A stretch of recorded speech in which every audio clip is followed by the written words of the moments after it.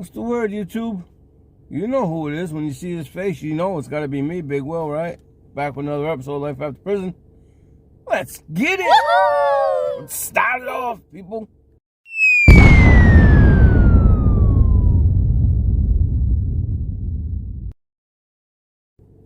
What's the word? What's the word? Let me first start off with a good morning. Monday. Say hello to my people, my friends. You know, if you're stopping here, if you're seeing this page, hit that like and subscribe button. Help me out, help the channel out. You might not like it, you might not have to stay and listen, but just hit the button. You want to hit the down button? Sorry, they don't have one. But no, all things for real. Hit that like and subscribe button. Helps me out. Helps the channel. Helps the algorithm. Just because you're not interested, maybe somebody else is. But, you know, unless I personally offend you, just hit the buttons. Help, you know, help people out. If that's what you're here to do, watch videos, not make them. You might as well hit the button. Anyways, I hope you all are out there. This channel here, I do, you know, I do reactions to these damn police officers that think that they run the world because they got a little tin badge on their thing. A lot of them, they're sewn in nowadays, right? Definitely in the prisons, they're sewn in because they don't want an inmate to grab it off the guard's chest and use it as a weapon against him. It does have a pin on it, but even if it didn't, they still don't want it to be ripped off and used to slice a CO or something. So they sew them in, as they do with their stripes and their little flags. Everything is sewn. There's no pins. There's no metal to be sewn in. The only metal that they have is their little mace and their flashlight when they come in and do their cell searches, or what you want to call it. When they come and do their rounds, they got their keys and their little flashlight and their handcuffs. Well, the story here brings me back to these predators, right? And I got a video coming up about one of these police officers who was charged as a predator. He had some children issues, and he was accused not only one but two children. But we got that one coming up. It's a little reaction video. I want you to tell me what you think. But this one here, it's about one of them booty bandits, all right? And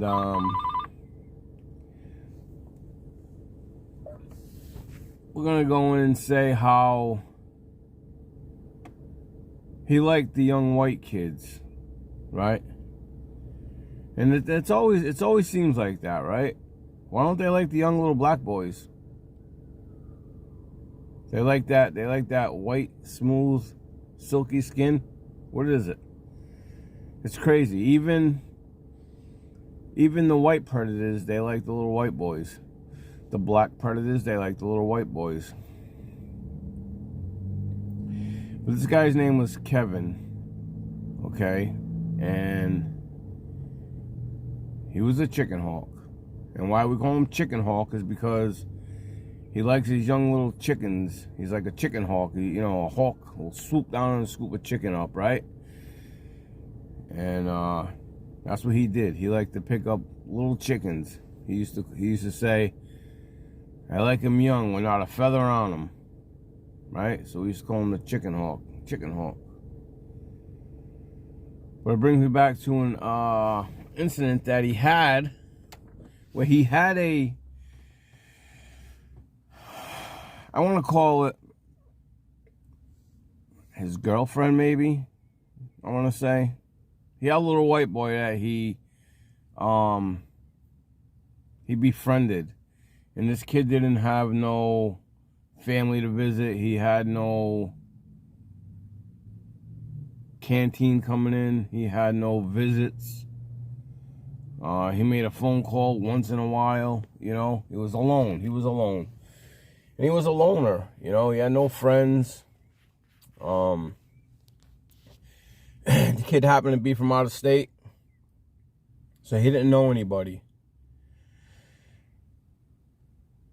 But I guess he went on a high-speed chase. He got caught out here. And he was arrested out here. Okay? Now, from him smashing up the police cars and things like that, he was held in mass until his charges. I guess he was on probation or some shit. I don't remember the kid's exact record of why he was here. But I know it had something to do with him going on a police chase or something. He was committing an armed robbery, and he was chased, but it was in Massachusetts. So when they caught him, they held him here. He had to go through a dangerous hearing, and they held him for 90 days to do his dangerous hearing, right? So anyways, while he was being held, this chicken hawk groomed him. And, you know, he started off with a cup of coffee in the morning and how you doing, and, you know, if you need, you know, if you want to watch some TV, we can sit in my cell. The whole friend thing. Hey, you want to use my radio? You know, really make the kid think that you're okay. Well, most of us knew what type of person he was, right? And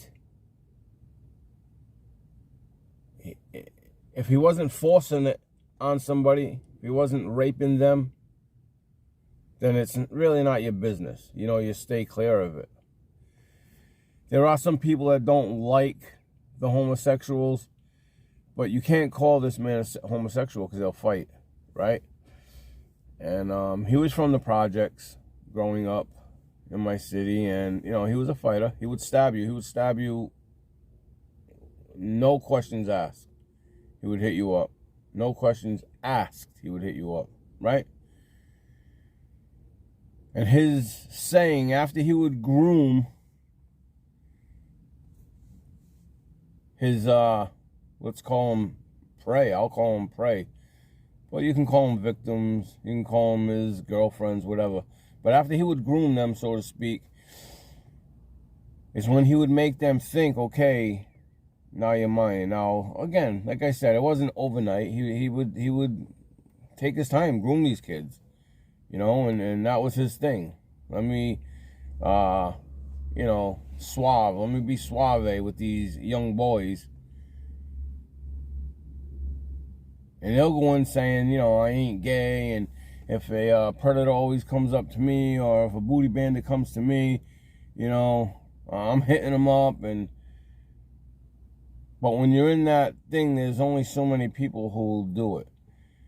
You know, some people are scared to actually run a blade through somebody. You know, they've never experienced that. They're scared that they're going to kill somebody. Well, the difference is that when you're in that situation, if you really don't want to kill somebody, you slice. Okay, you don't poke. But with that being said, if you're someone who's out of state and you're not, you know, known, and you're not in with the crews, so to speak, it's hard for you to get a weapon unless you get your own little poker, you know, your own little weapon, your own little razor, you know, to slice. And, you know, when you're from out of state and you got no friends, and everybody watches, everybody listens, you know, and your cellie might be listening and let his boys know, yo, homeboy's looking for a piece, you know, and so it keeps all eyes on you. You know what I'm saying? So anyways, this kid had nothing. He had nobody, and he was befriended by this chicken hawk. And after a while of feeding him, he didn't really know about the guy's past because he wasn't from the area, right? And, you know, he would hear little things. Watch out for that guy. Yo, you're going to be his bitch. You know, and people would say it, you know, snickering at the kid. And the kid would be, oh, I don't know what you're talking about. Yeah, not me. You know, not me. We'll be fighting. Da, da, da. Well, it came to where the kid ended up becoming cellies with this chicken hawk.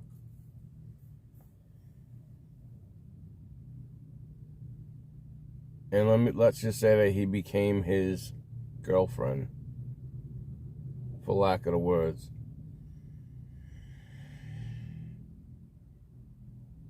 There was a couple of gang members who didn't, I'll call them gang members because they were Muslims, but I believe that they're a gang themselves, right? I mean, it wasn't a Crip, it wasn't a Blood, they weren't GDs, they were Muslims, but I still think that they're a gang. That's what I consider them. You know what I'm saying? They don't call themselves a gangs, they call themselves a religion, but I believe that they're a gang, okay? When you're getting 15 guys all praying the same thing and that they all, you know, they'll fight for their nation, it's a gang, you know, and they'll call it race or whatever, but it's a gang. But anyways, this chicken hawk groomed the kid, and he became, because he was lonely and blah, blah, blah, he became gay for the stay, right?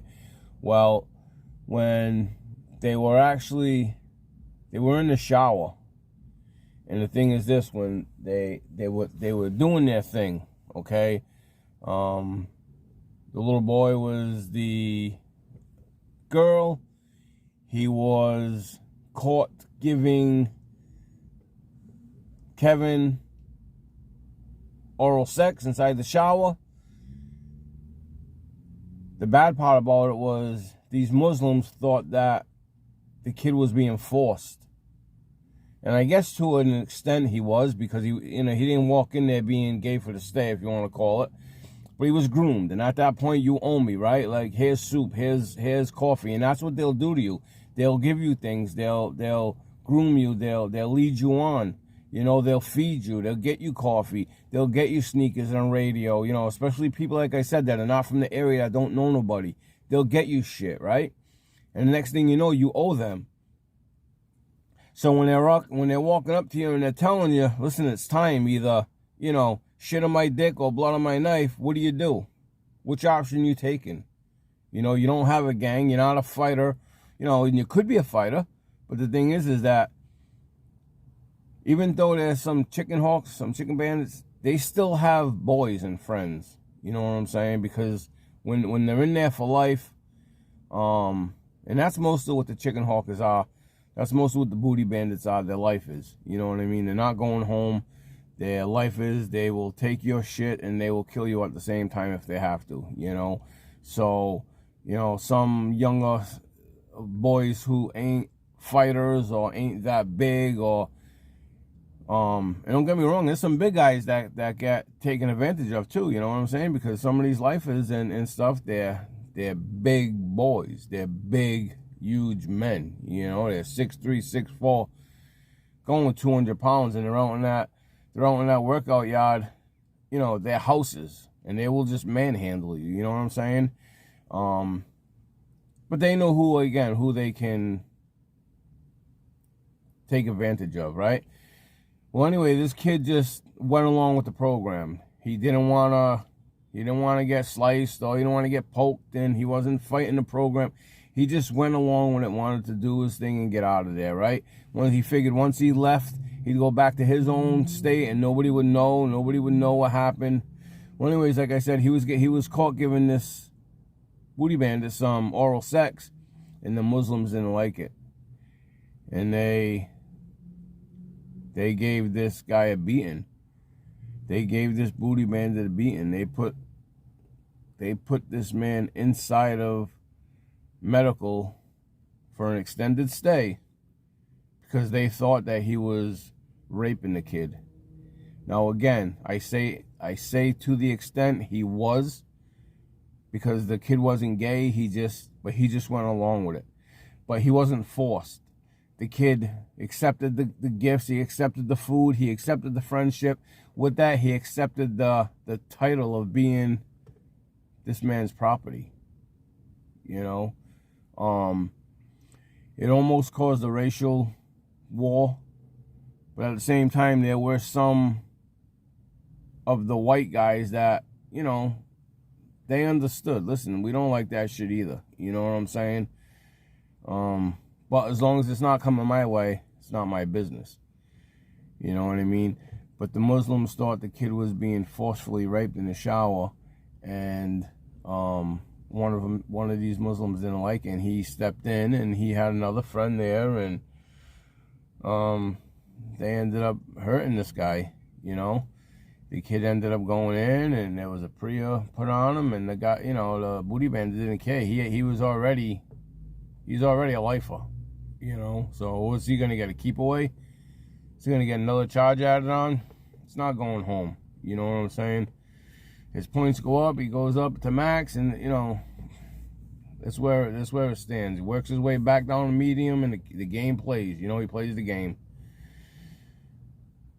But yeah, I just to see them carrying him out of the shower, you know, and to see the kid coming out scared to death, you know, embarrassed because he was caught doing what he was doing, you know.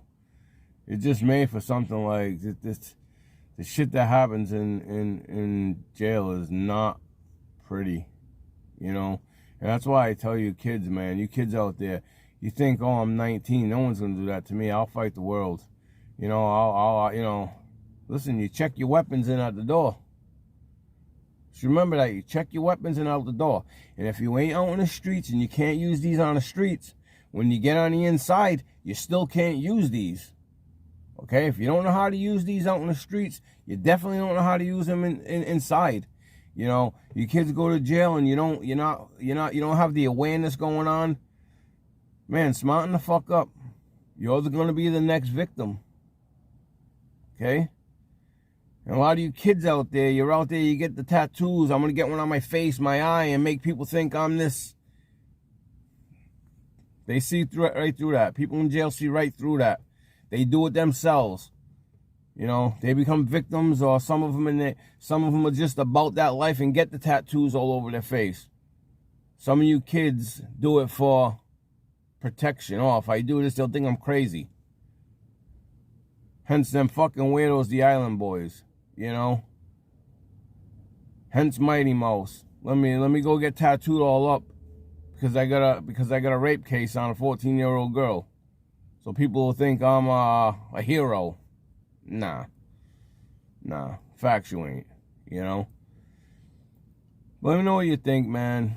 It's shit, man. I hope somebody sees it and it smartens you up, man. Like I said, you could be the next one, but you could get a job.